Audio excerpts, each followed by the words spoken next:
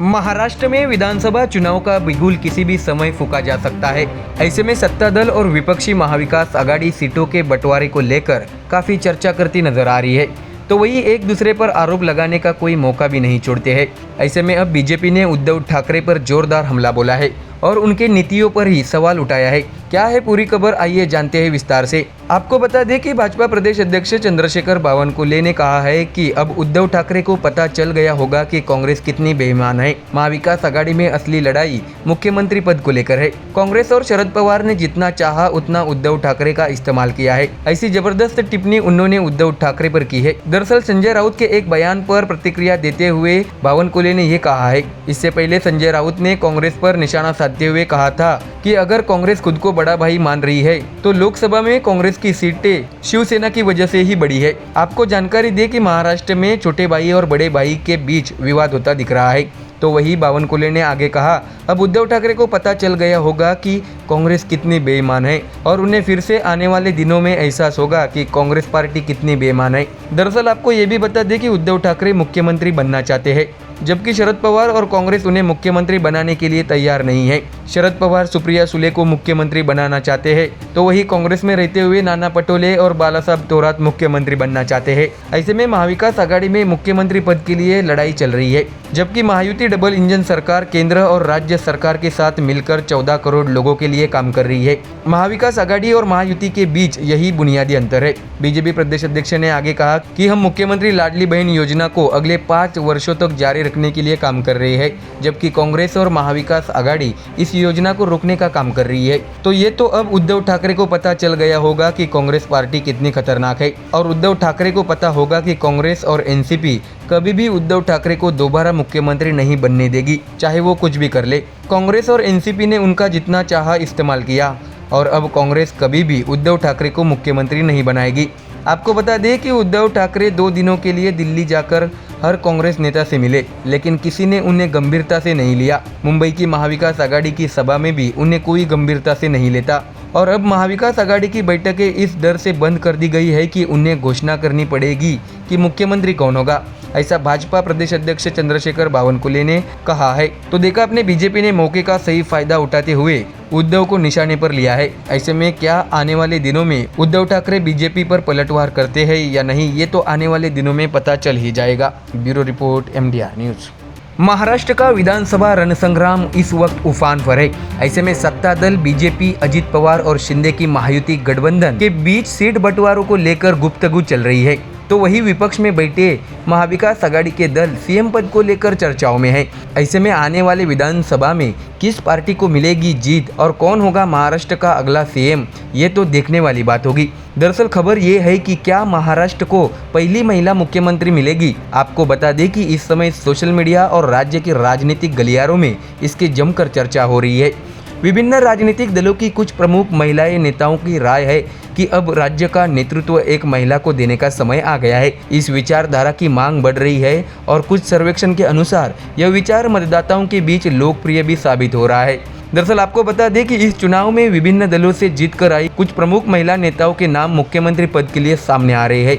कई मतदाताओं ने राय व्यक्त की है कि इस बार किसी महिला को मुख्यमंत्री बनना चाहिए। इस बढ़ती मांग के कारण सभी पार्टियां महिलाओं को अधिक टिकट दे सकती है। आपको बता दें कि महाविकास आघाड़ी के एक सूत्र ने कहा है कि उनके आंतरिक सर्वेक्षण में कांग्रेस और शरद पवार के नेतृत्व वाली राष्ट्रवादी कांग्रेस पार्टी शरद पवार गुट को राज्य में अनुकूल प्रतिक्रिया मिल रही है। तो वही ऐसा भी देखा जा रहा है कि शिवसेना उद्धव बाला साहब ठाकरे गुट को कम प्रतिक्रिया मिल रही है। राज्य भर में शरद पवार के प्रचार अभियान को अच्छी प्रतिक्रिया मिलते देख जिससे संकेत मिल रहा है कि एनसीपी शरद पवार गुट को पश्चिम महाराष्ट्र, अहमदनगर और नासिक क्षेत्रों में काफी बड़ा समर्थन भी मिल रहा है। एक वरिष्ठ नेता ने नाम न छापने की शर्त पर बताया कि शरद पवार की राज्य भर में बड़ी राजनीतिक सक्रियता उनकी बेटी सुप्रिया सुले को महाराष्ट्र की पहली महिला मुख्यमंत्री बनाने के लिए है और कयास लगाया जा रहा है कि उद्धव ठाकरे और देवेंद्र फडणवीस को मात देने के लिए चाणक्य नीति है। हालांकि सुप्रिया सुले और शरद पवार दोनों ही कह चुके हैं कि मुख्यमंत्री पद को लेकर चुनाव के बाद आंकड़ों के मुताबिक फैसला किया जाएगा। आपको बता दें कि महाविकास आघाड़ी के एक सूत्र ने बताया कि सुप्रिया सुले का राष्ट्रीय स्तर के साथ साथ अपनी पार्टी में भी काफ़ी प्रभाव है। अजित पवार के साथ अनबन को देखते हुए एनसीपी के कोर ग्रुप में अब सुले के खिलाफ खड़ा होने वाला कोई वरिष्ठ नेता मौजूद नहीं है। अगर महाविकास आघाड़ी को बहुमत मिलता है तो माना जा रहा है कि मुख्यमंत्री पद के लिए सुप्रिया सुले का नाम स्वीकार किया जा सकता है। हालांकि हर कोई इस विचारधारा का समर्थन नहीं करता है। अजित पवार गुट की नेता रूपाली चाकणकर ने कहा है कि सिर्फ एक महिला के मुख्यमंत्री बन जाने से राज्य में महिलाओं की समस्या हल नहीं होंगी। उन्होंने बताया कि राज्य की वास्तविक समस्याओं को समझने और उनका समाधान करने के लिए अजित पवार जैसा नेतृत्व होना चाहिए। चाकणकर ने महाविकास आघाड़ी की भी आलोचना करते हुए कहा कि वे महायुति की आलोचना करने में ही व्यस्त है। आपको बता दें कि मध्य प्रदेश चुनाव में देखा गया कि चुनाव में महिलाओं की भूमिका निर्णायक हो सकती है।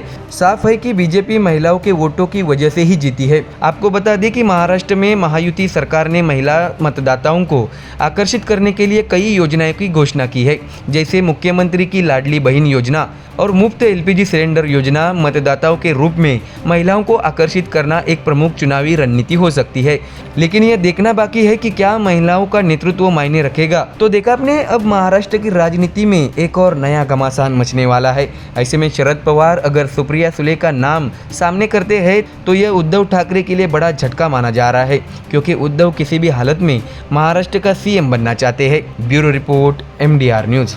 महाराष्ट्र विधानसभा चुनाव अब कुछ ही दिन दूर है। ऐसे में बीजेपी अपनी सरकार की वापसी के लिए पुरजोर कोशिश में जुटी हुई है, तो वही विपक्ष में बैठी कांग्रेस भी इस बार विधानसभा चुनाव में भारी जीत की उम्मीद लगाए हुए है। ऐसे में आगामी विधानसभा चुनाव से पहले प्रधानमंत्री नरेंद्र मोदी ने शुक्रवार को वर्धा में एक कार्यक्रम में कांग्रेस और सहयोगी दलों की एक बार फिर आलोचना कर चुनाव का बिगुल बजाया है। आपको बता दें कि शुक्रवार को अपने भाषण में उन्होंने किसानों, विश्वकर्मा और भ्रष्टाचार का मुद्दा उठाया और कांग्रेस पर जोरदार हमला बोला है।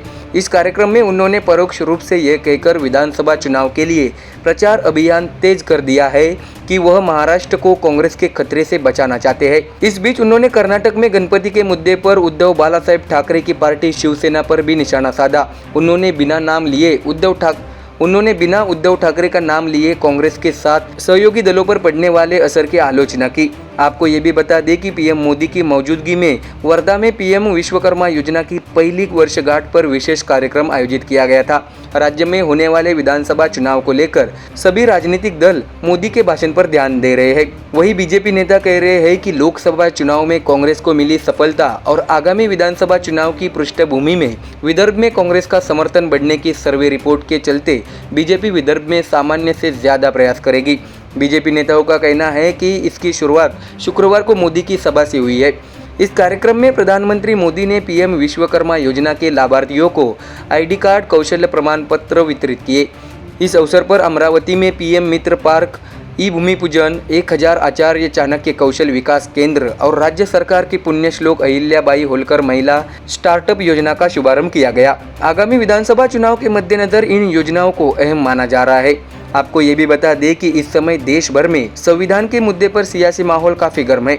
लोकसभा चुनाव में बीजेपी को इसका खामियाजा भी भुगतना पड़ा था, जहां देश और प्रदेश में संविधान को लेकर आरोप प्रत्यारोप का सिलसिला जारी है। वहीं कुछ दिन पहले प्रदेश के ITI में उपराष्ट्रपति द्वारा संविधान मंदिर का लोकार्पण समारोह किया गया। राज्य के कौशल्य विकास मंत्री मंगल प्रभात लोढ़ा ने प्रधानमंत्री को इस संविधान मंदिर की प्रतिकृति भेंट की, तो वही प्रधानमंत्री नरेंद्र मोदी ने विश्वकर्मा का मुद्दा उठाया और कांग्रेस पर निशाना साधा। उन्होंने कहा कि कांग्रेस ने जानबूझकर ST और OBC समाज के विश्वकर्मा को विकास से वंचित रखा है। महाराष्ट्र में भी किसानों के नाम पर सिर्फ राजनीति और भ्रष्टाचार किया। किसानों की इस दुर्दशा के लिए जिम्मेदार कांग्रेस और उसके सहयोगियों को दोबारा मौका न दे। मोदी ने अपने भाषण के दौरान ये भी कहा है कि केंद्र और राज्य सरकार की योजनाओं की बदौलत महाराष्ट्र नई औद्योगिक क्रांति के लिए तैयार है। कांग्रेस पर आरोप लगाते हुए मोदी ने कहा है कि कांग्रेस धोखाधड़ी, मक्कारी और बेईमानी है। मोदी ने कहा कि उन्हें दोबारा मौका मत दीजिए। तो देखा आपने, बीजेपी इस विधानसभा चुनाव में पूरा दमखम लगाकर फिर से सत्ता पाना चाहती है। ऐसे में पीएम मोदी की रैली ने बीजेपी को फिर एक बार संजीवनी दी है। ऐसे में कार्यकर्ताओं का मनोबल बढ़कर वो बीजेपी को जीत दिलाने में अहम जिम्मेदारी निभा सकते हैं। Bureau report, MDR news.